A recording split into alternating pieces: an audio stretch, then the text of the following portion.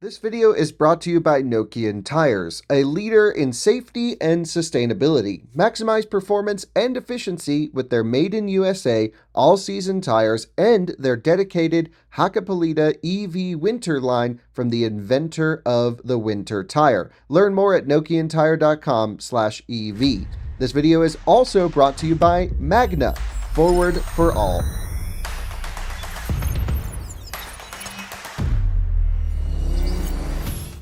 Hello everyone, welcome to Out of Spec Reviews. I'm Ryan, and today we have the Lexus RZ450e, and we're going to be taking it on a 70 mile per hour range test.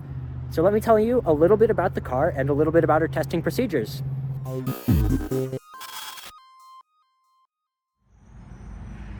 This is the Lexus RZ450e. It rides on the eTNGA platform, and it is actually all-wheel drive. However, this version shares its battery with the front-wheel drive Toyota BZ4X. What that means is it has a PPES battery, and it is rated for 71.4 kilowatt hours. It actually has better charging compared to the Toyota BZ4X all-wheel drive. However, this vehicle is only rated for 196 miles on the EPA cycle. That is with these 20-inch wheels, which are the Dunlop SP Sport Max. And as I mentioned, this has better charging than the all-wheel drive BZ4X. And fortunately, let's cut right to the chase and plug in and get charging. And I'm going to tell you a little bit more about our 70 mile per hour range test and how we go about measuring that in vehicles. I'm currently charging up in the Lexus, and I wanted to tell you a little bit about our testing procedures. The first thing I did this morning was fill up the tires to the manufacturer recommendation pressures. From there, I drove over here to Wellington, Colorado, and I'm currently charging up the car. We're using a DC fast charger, and we're charging all the way up to 100%, and that'll get the battery nice and warm. We're going to be using the most eco-friendly drive mode possible. In the Lexus RZ450e, that's going to be eco setting, and that's going to reduce the throttle inputs and help just keep the car as efficient as possible. There is also something called range mode. However, that turns off climate control and limits speed to 62 miles an hour, so we're not going to be using that. We're also going to have climate control set to the automatic setting between 68 and 72 degrees. And right now we're charging up and we have the car on, so the climate's running and the car is nice and cool. We do that to make sure that when we unplug, the car doesn't have to cool down a really hot cabin. Once we're fully charged, we're just going to head over and merge onto I-25 North onto the highway.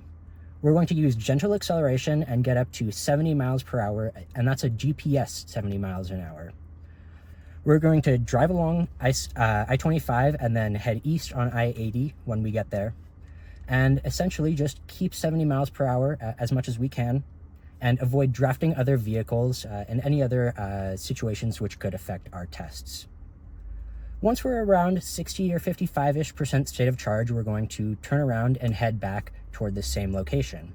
And this is in order to do a loop-style test. And this makes sure that all elevation is canceled out as well as wind. What was a headwind on the way out will then be a tailwind coming back. We're going to stay on the highway as long as possible and loop nearby this charger and run it down to a low state of charge. Once we're at a very low state of charge, we're going to exit the highway and head onto these frontage roads right next to the highway. We're going to keep running the vehicle and run it all the way down to zero.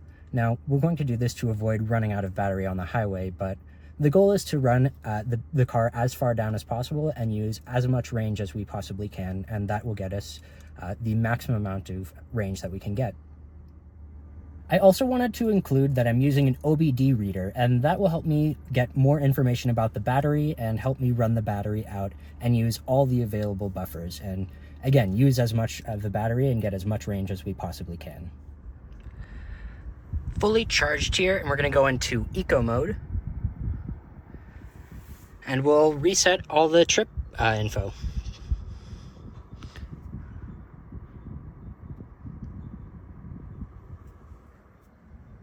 And as you can see, 3,026 miles. All right, let's get on the highway and see how far we can go.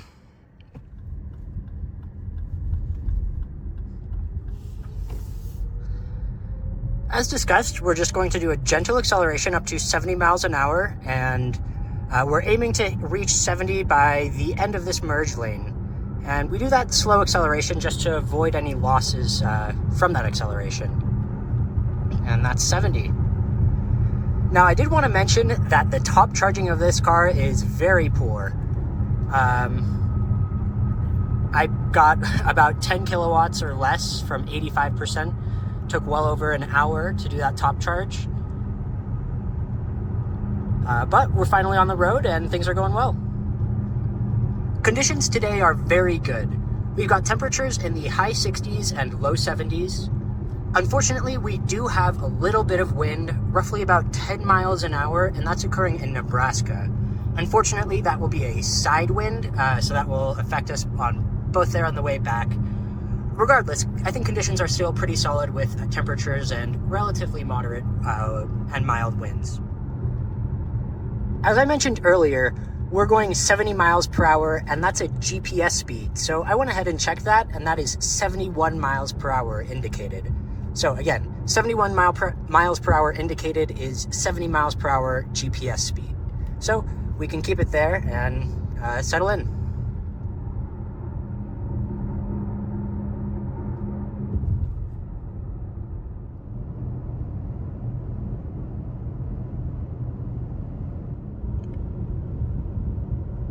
I crossed over to about 3/4 of a battery. It's difficult to tell, but that's our fuel gauge or charge gauge. It's saying we're a little bit below 75% on the OBD reader, but I'm going off of what that gauge says. We've gone just about 40 miles, meaning we're not even on track to do 200 miles. But again, of course, we've got a round trip route that we're going to be doing, so we'll have to see what it ends up being once we end back at the charger in the same location. I also wanted to mention a little bit about the vehicle. It's quite quiet and very comfortable. I don't think the seats are necessarily the most comfortable, but the ride is really solid and, again, fairly quiet. And that's comparing to other EVs that I've had experience with. So, really solid, a nice place to be. The sound system is decent. Yeah, I mean, that's kind of where I would leave it. It's a nice place to be. Is it worth the price tag? That's a different question, but I am enjoying my time here, and things are going quite smoothly. I just passed a little bit below 60% state of charge, so I'm going to take this exit here, Pine Bluffs actually, and use that for my turnaround. And I'll have plenty of juice to get back to where we started. And of course, right now, I'm just using regenerative brakes to slow down, trying to get as much energy back into the pack as possible. And of course, when we're going to be re-entering the highway, I'll be using gentle acceleration to avoid any sort of losses. And again, this is all just trying to keep efficiency as good as we possibly can. Speaking of which, as I mentioned, we're a bit below 60% state of charge, and we are currently at 2.7 miles per kilowatt hour, which is really not all that impressive.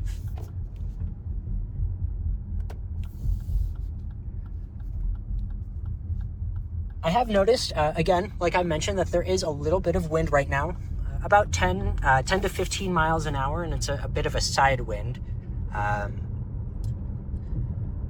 And now we're just heading back onto I-80, now going west and going to gently accelerate up to 70. I've just hit what appears to be 50% state of charge. It's a bit difficult to tell because it doesn't actually tell you the state of charge anywhere on the screen. However, I think that's 50%, and we've gone, let's see, 85 miles. So on track to do well under 200. And efficiency is not very good either. I'll be really interested to see how this develops. Hopefully we can see some better efficiency on this way back. I'd really love to see more than 200 miles, but I'm not sure if we're going to be able to get there. 100 miles into this range test, and we have what looks like about 40% state of charge. Again, this is a little bit disappointing. I don't know if we'll be able to reach 200. However, one thing I do know about the BZ4X is there's quite a bit of buffer below where it says zero miles. And I imagine it's going to be similar here in the Lexus. Fortunately, again, I have the OBD reader, so that should give me quite a bit of help in getting the most out of this battery as I possibly can.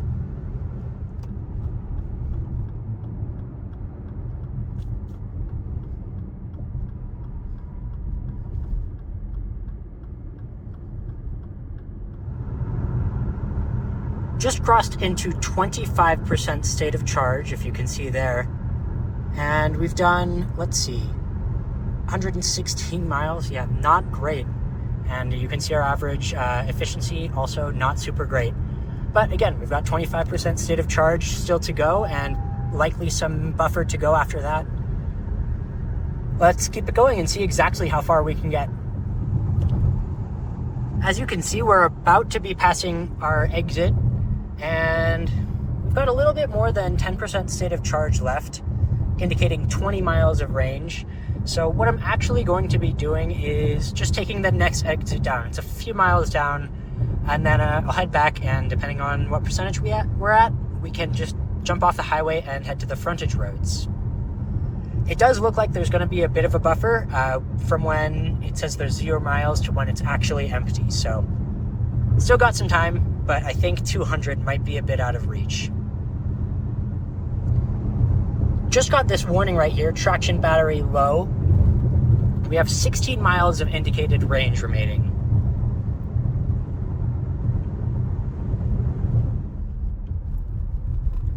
Merging back onto I-25 after turning around, and we went one exit past the Wellington exit for our charger. And the reason we turned around there was because there starts to get a little bit more traffic as we get a little bit further and closer towards Fort Collins. So this is usually a good turnaround spot for us. Either way, we've got about 11 miles of indicated range and about 7 miles left to go. I think we'll hop off and then do some driving on some frontage roads from there.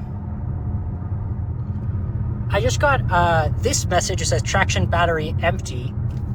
And it says actually we still have 4 miles remaining, but there's very little left. We're just exiting the highway now, and we've done, let's see, 156 miles, is that right? Wow, not great, but that's where we're at, and we're gonna, again, just use regenerative brakes here to slow down. I'm on the frontage road doing a little less than 70, but still trying to keep the speed up. It says I have 2 miles of range remaining, and there is a little bit of a power limit, but there's plenty of power to keep this speed up. Additionally, I was able to check the OBD reader. It looks like we have around 7 or 8% left still, so I think there's a little bit of buffer below 0.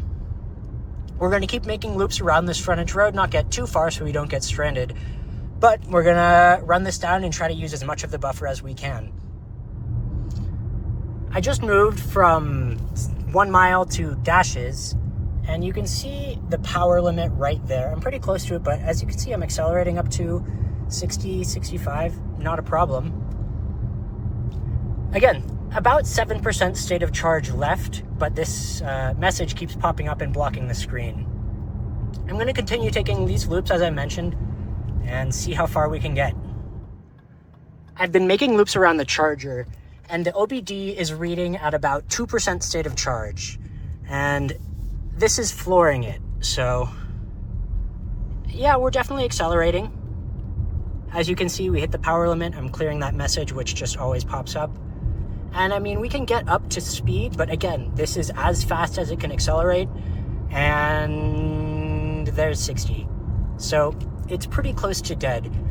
I got about a mile or so to get to the charger, and then I'm gonna make a few laps around the charger, see what I can get, but we're running it pretty close to 0.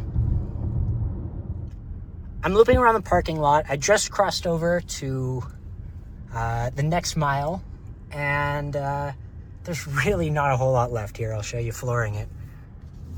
That's flooring it. So we can get up to like 25-ish, but that's really all of the usable energy. So I'm just gonna go ahead and pull it in. The OBD reader is reading about 1% state of charge. And I think we can call that a good range test. Let's pull in and not hit the poles. Press park. Nice, good job, Ryan.